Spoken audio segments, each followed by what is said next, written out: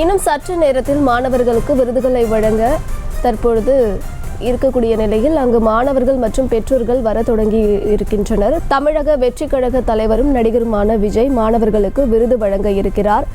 அந்த விழா நடைபெறும் இடத்திற்கு மாணவர்கள் மற்றும் பெற்றோர்கள் வர தொடங்கி இருக்கின்றனர். அது தொடர்பான அண்மை செய்திகளை பார்த்து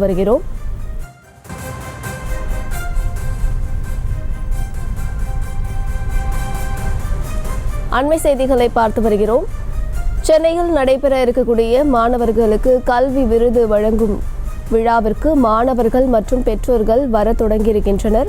நடிகரும் தமிழக வெற்றி கழக தலைவருமான விஜய் மாணவர்களுக்கு கல்வி விருது தொகை வழங்க இருக்கக்கூடிய நிலையில் இந்த நிகழ்ச்சியில் பங்கேற்பதற்காக மாணவர்கள் மற்றும் பெற்றோர்கள் தொடங்கி இருக்கின்றனர். அது தொடர்பான அண்மை செய்திகளை பார்த்து வருகிறோம். மேலும் விவரங்களை கொடுப்பதற்காக செய்தியாளர் லதா இணைப்பில் இருக்கிறார். பேசலாம் லதா, இது தொடர்பான முழு விவரங்கள். வணக்கம்.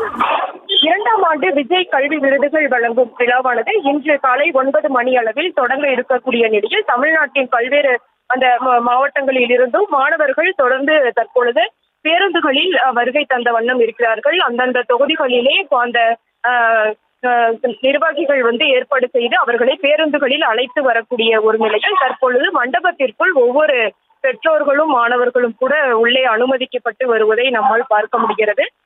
முக்கியமாக இந்த விழா நடைபெறும் திருவான்மையூரில் இருக்கக்கூடிய ராமச்சந்திரா மண்டபத்தில் துபாயில் இருந்து வரவழைக்கப்பட்ட தனியார் பாதுகாவலர்களின் கூட பாதுகாப்பு பணியில் ஈடுபடுத்தப்பட்டிருக்கிறார்கள். மேலும் இன்றைய தினம் பார்த்தோம் என்றால் முதல் கட்டமாக கோயம்புத்தூர், தூத்துக்குடி, நீலகிரி உள்ளிட்ட 21 மாவட்டங்களில் உள்ள சட்டமன்ற தொகுதிகளை சேர்ந்த மாணவ மாணவிகளுக்கு அந்த ஊக்கத்தொகையையும் சான்றிதழையும் விஜய் வழங்க இருக்கிறார்.